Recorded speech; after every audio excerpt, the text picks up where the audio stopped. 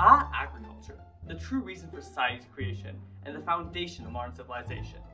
However, most of us in the 21st century really don't realize the true role that it plays in society. Today, I'm going to change that. So I think that we all have some vague idea about what agriculture is.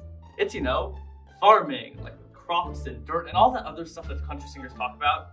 The general principle is that person has seed, person puts seed in dirt, dirt becomes plant, person harvests plants. Agriculture really became widespread, unsurprisingly during the agricultural revolution. But what are those pesky cavemen doing before that? Good question, audience. Thank you for always asking me questions. I need to do my segues, by the way, it's very considerate. Now where was I? Oh right, the cavemen. Now there were foragers and there were hunters, terms that should be pretty familiar to you all by now, or at least I hope. The foragers went around and gathered grains, fruits, nuts, all the other stuff that you put in a granola bar.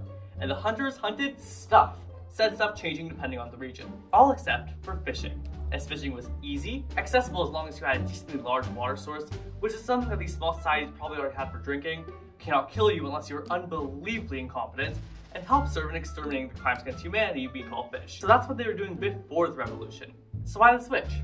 Well, the thing is that when we're dealing with stuff this long ago, we can't really nerd out specific factors, but we do have a few ideas. There's the idea that population growth caused for there to be a need to get more reliable source of food for a greater amount of people, and therefore the older ways gradually fell out to make way for the new. There's also the theory that people planted more so they can get more alcohol, which seems pretty solid. People do love getting drunk. I honestly like John Green's idea that people are like, wow, this food stuff's great, it'd be awesome, more of it. It seems pretty plausible alongside a population increase. But those were the reasons for the agricultural revolution and the true invention of agriculture. So why was agriculture so big?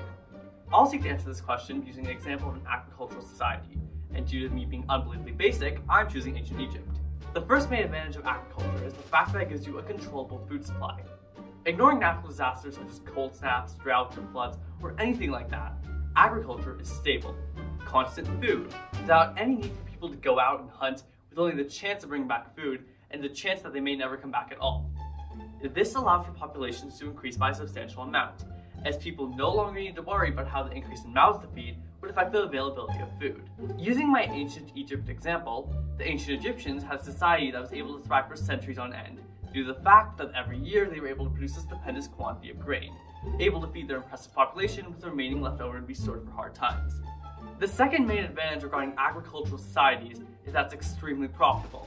I think it's common knowledge that everyone needs food, but knowing my audience, that could be in doubt. This means that you could either sell or trade your food to other civilizations for whatever is needed. If needed, you have a crop that can easily be turned into a good, which is required by other civilizations like rice or tea. However, there are several disadvantages of agricultural societies that need to be stated. Most agricultural societies were entirely dependent on manual labor for their farming practices, as that was the main thing holding up their economy. However, due to the low bar for farming, they weren't paid well, and therefore it wasn't exactly a highly sought after job. This meant that the extremely important job had a massive vacancy that needed to be sought after, and combine that with extreme bigotry, and which look at that, you made slavery. Slavery was something that the ancient Egyptians dabbled in to do this very thing, and it didn't really cause that much of an economic trouble, but it was, I don't really think I need to say this, unbelievably terrible because it was slavery. The second main disadvantage of agricultural societies is the constant threat of collapse due to changes in the weather, as you should never run something that is outside of your control.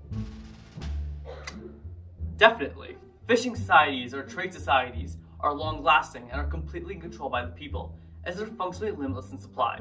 Their only limiting factor is how much work people put into it. So basically take every group project you had to do in high school, but make it the size of an entire civilization.